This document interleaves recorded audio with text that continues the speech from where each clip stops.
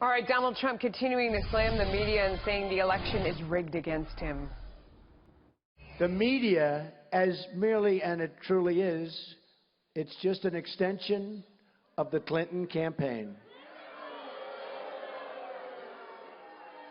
The press has created a rigged system and poisoned the mind of so many of our voters. Christy, Setzer's New Heights Communication President, Brad Blakeman, is former George W. Bush senior staffer. Thanks to both of you for joining us. Thanks.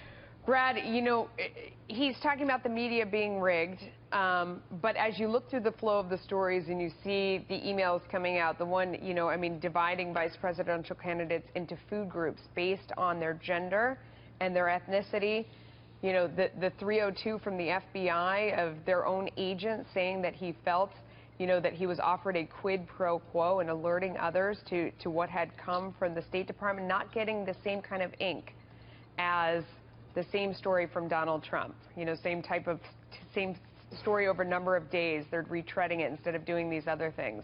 How does that make you feel about the mainstream media? Well, the mainstream media, you're fighting against two adversaries. One is the media and two is your opponent. But having said that, you know, Donald Trump has been complicit in the media covering himself instead of Hillary Clinton by staying on these stories that are not helpful to him winning the presidency. Whether it's the women who have come forward or whether it's the rigged system, winners talk about winning.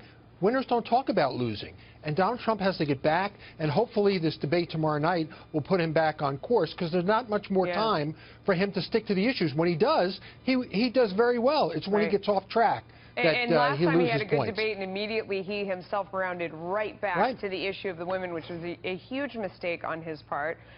Christy, let me show you some stats from journalists that work for media companies. This comes from the Center for Public Integrity, just talking about the amount of donations, which I'm surprised that you see journalists giving money to political campaigns at all, because in so many places that's forbidden.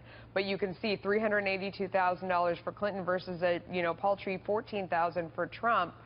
Certainly not a lot of journalists putting their money behind Donald Trump. Does that tell you how they really feel?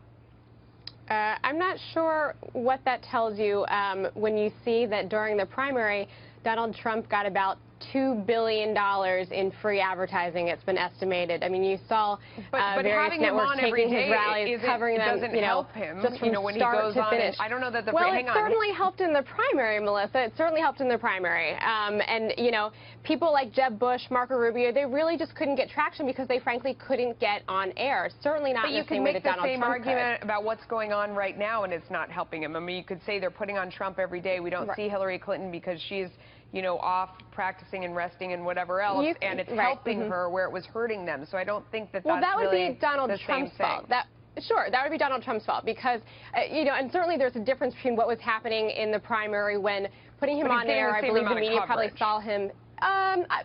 Maybe that's true. But what I'm saying is that during the primary, what he was saying and doing, I think, was seen as entertainment and as sort of a spectacle, both by large numbers of the public, but also I think by a lot of people in the media, and that's why he got so much coverage.